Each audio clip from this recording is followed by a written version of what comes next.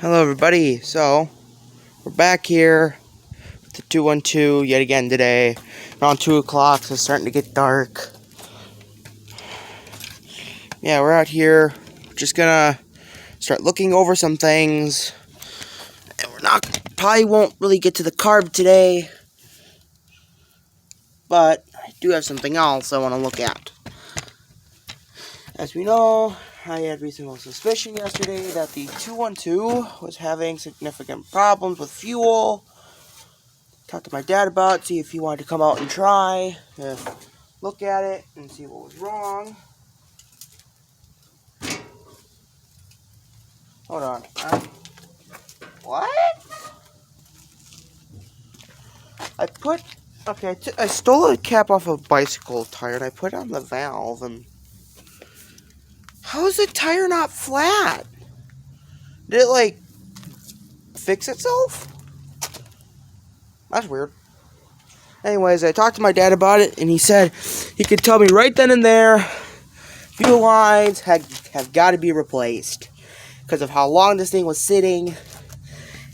It's already had significant problems, fuel lines being one of many things. But yeah, so yeah, I'm just spinning it by hand here. Yeah, you can hear what it sounds like, and sometimes you can tell if it's healthy just by spinning the flywheel by hand. If you can't spin it, your engine is most likely seized.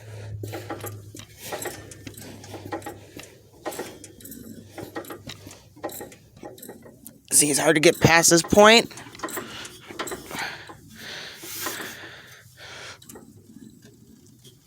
It's a good thing. That, folks, it's meant to be hard to get through. Because that is your compression stroke. Just where the compression goes, that is supposed to put restraint on it. But yeah, just looking at these, you can tell these are dirty. But today, oh, not this. I want to take this fuel pump off. And I also want to get to the fuel lines underneath the 212 and hopefully get those removed.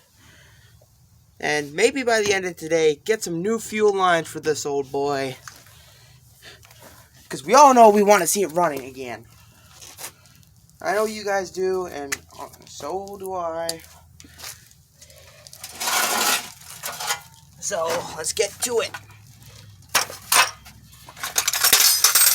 First things first, grab our wrench set.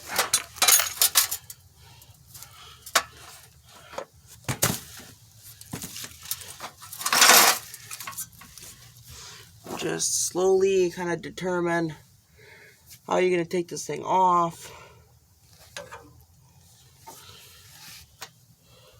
I'm going to grab a flathead. This is a bolt. Might be. I'm not entirely sure how this thing is connected.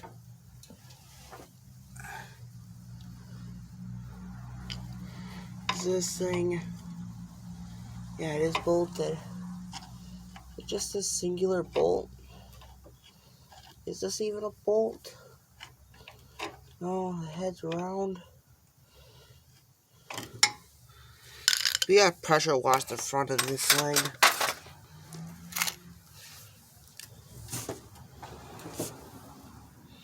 We can't really do that as of right now.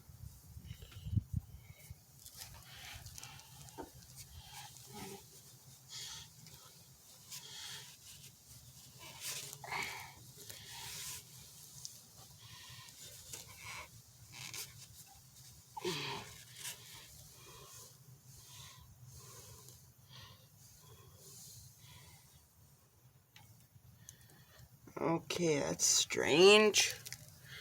Well, I'm going to pause this recording quick and see if I can figure out how to take this fuel pump off. Okay, so I was not able to find any reliable sources after like 10 minutes. But I'm just now seeing where our fuel pump attaches. There's actually a bolt here and here. Like right by these two weld marks, kind of. So you just gotta reach back here. I can actually see them right now. So yeah, just gotta take these out. If you guys can't see, but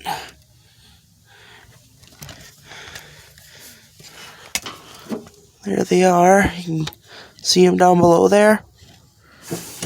One right here, one over here.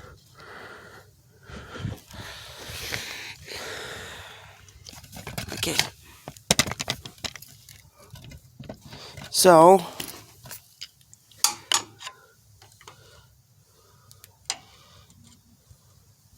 now this system is blood right now. It does have fuel in it. So I do gotta be careful for that.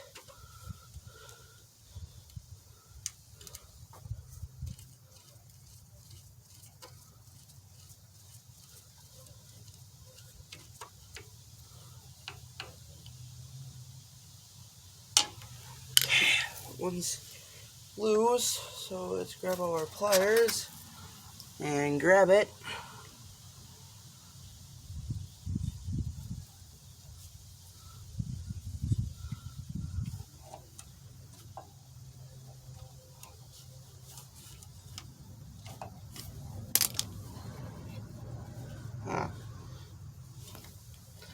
Quite strange.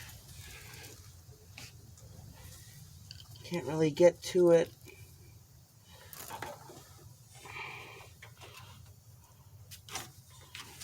Okay.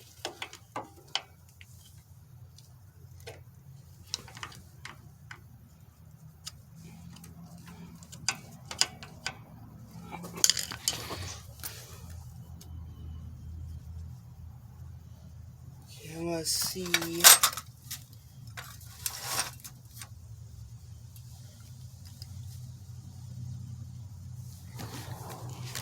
I'm gonna go into the garage quick and see if I got the needle nose.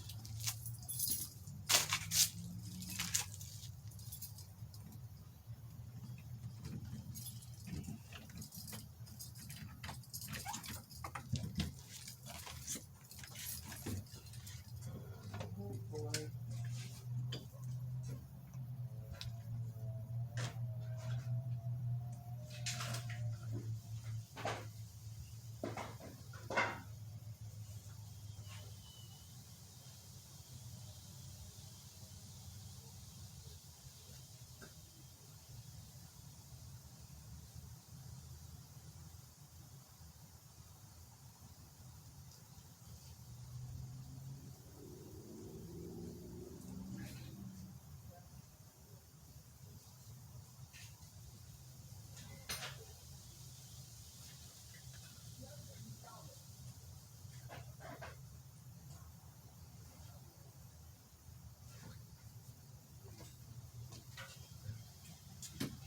Ah, but I might have something just as good for by the 212 body.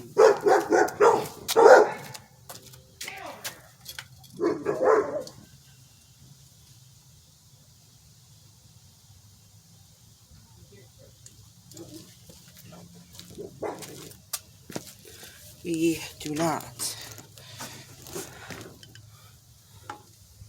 Now I'm gonna see if I could just slip off the fuel line here.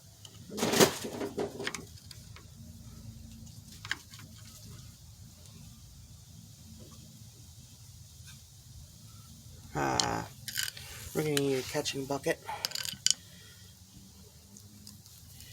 That's gonna be a big thing with this. So we're gonna need a catching bucket or another fuel can for a lot of that fuel to drain into,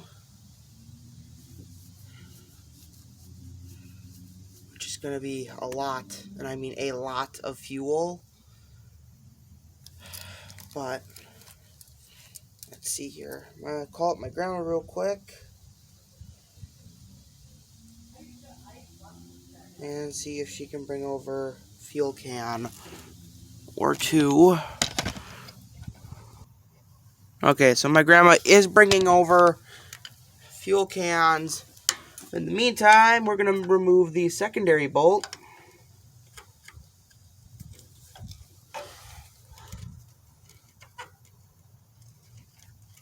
By the way, be alerted, this is a mechanical fuel pump and is not electric. Full on mechanical.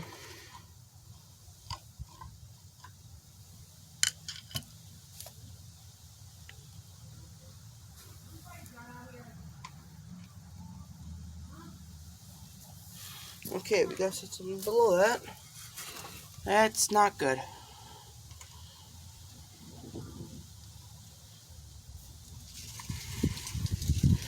So, we have leaky fuel lines as well. No wonder why the front of this thing is soaked in fuel.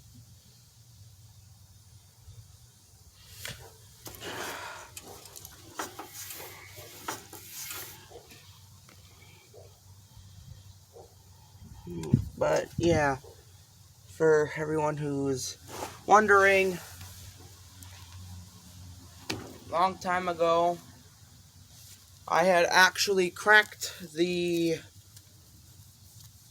identification code on here, on this 212, and I'm just going to say it again. Just so you all know. But giving this to you guys because so you guys know what exact John Deere 212 this is. So I actually cracked down the code once, and when I did that, I was able to crack open what year this thing was made, and that was actually quite impressive. So we are going to, well, I'm going to find the video here.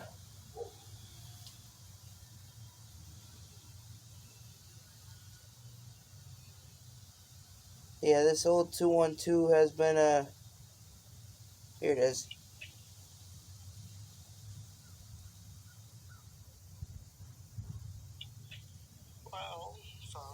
So I'm just looking it up right now. I just decoded this 212's serial number. Yeah, it's a serial number, sorry.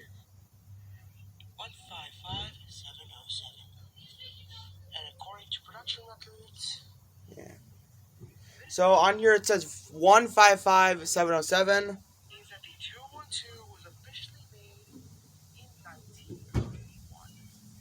So, and according to production years, that means this old 212 here was made in 1981. This is a 1981 John Deere 212.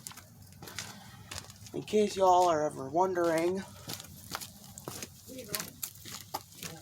Okay. If you need anything else, just call me, okay? Okay. Alright. Yeah, I'm taking the fuel out of here and I gotta put it back in. Yeah, right. Okay. Okay, thank you. Love you, Grandma. Love you. But yeah, so this old 212 is from 1981, which is honestly quite impressive. I actually expected this thing to be older than that. But, hey, you gotta deal with what you gotta deal with, man. Okay, so now, got that. We can grab you, set you there, set you there, and crack this fuel line off so I can have my fuel pump.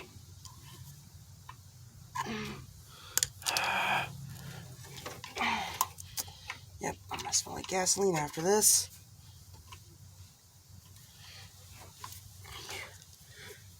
Yes. Come on.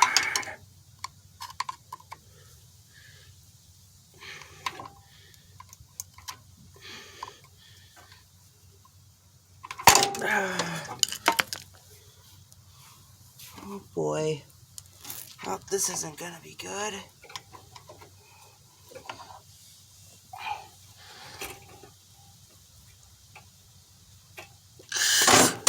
Okay. It's off. It's off. It's off. It's off. And quickly put it down right into the can. Oh boy. Yep.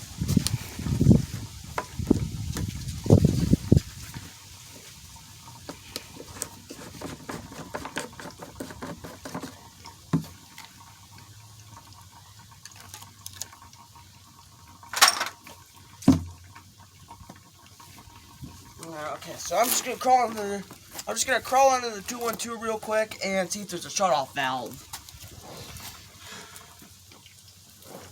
Oh, man, cool. The previous owner was actually smart enough to put a zip tie on here. Oh, I think I found it. All mowers are supposed to have shut-off valves, no matter what. Oh, fantastic. This one don't have one. It's just a line.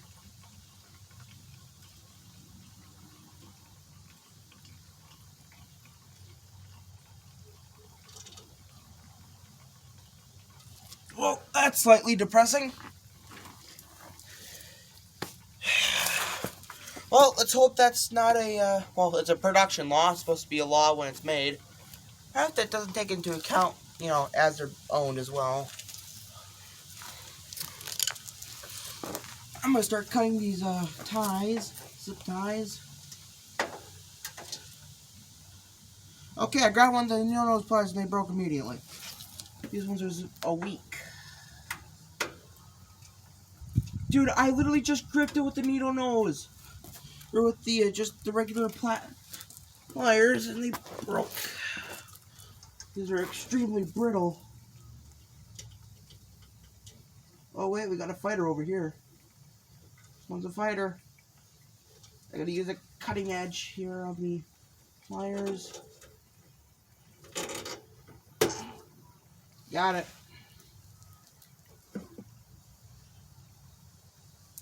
Haha. Okay, I'm gonna show you all how this old fuel system works. You guys on the tripod here. And there we go. So let's walk to the opposite side of this thing. And go down. Oh, is it getting full? I can't tell. Okay, so pretty much how this thing is turn the flash for you guys. You guys can see the fuel line goes from here, goes all the way up here. This is just the mouse shaft that goes all the way to the steering. But you can see that line goes past there and it goes all the way up here. Then I can show you guys.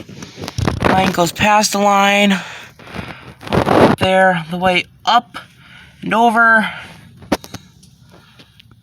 past there, past this whole linkage.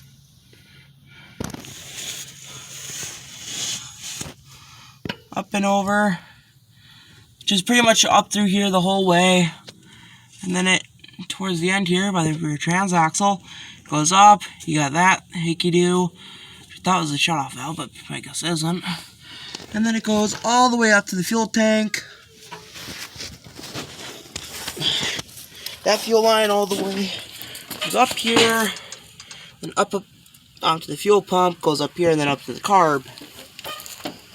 It's mechanical, and I'm not entirely sure how it works, but we're about to have a look-see. So, let me put you guys back on the tripod. There's actually imprints on the phone from how long I've had this thing on the tripod. But we currently don't care. The only way the phone can be held. So, attempt to do this behind the tripod. Viewing from what you guys are seeing. Oh, fantastic. There's fuel in the fuel pump yet. Shouldn't be surprised. Okay, so this, folks, fuel pump. You can see fuel filter here. This was the line on the rear. I'm guessing this gets like moved up and down. As it gets moved up and down, it pumps fuel through here. Obviously, we're going to have to completely dismantle this and get a new one, or dismantle it and hopefully get it repaired without having to get a new one, because we already know how big of a pain that would be. But yeah, so just checking up on our situation here.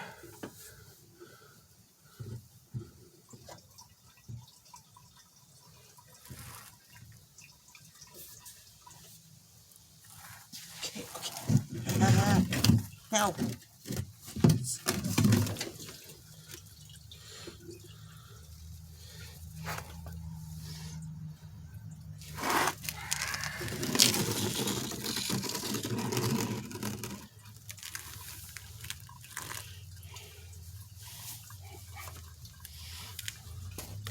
Just gotta take off my sweatshirt quick. Don't worry, I'm part Canadian. I can deal with the cold. Not a wuss. Ain't no wussies around here.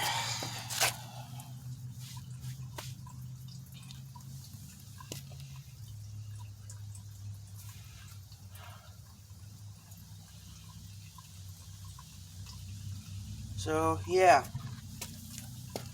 Now that that entire system is off, we're not, I repeat, not to turn the engine over. Taking the keys out. Proof. Not turning the engine over because we are not losing the position of that fuel pump. That is a big, big, big no-no. Now, want better fuel flow? Easy peasy. Ready? Watch.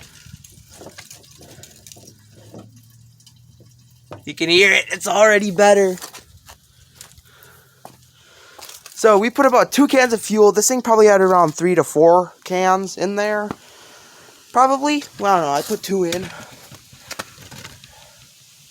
But this thing's a big beluga. Actually, that makes me wonder, how big is the fuel tank on the 212? These are about 1 gallon tanks. So, let's see.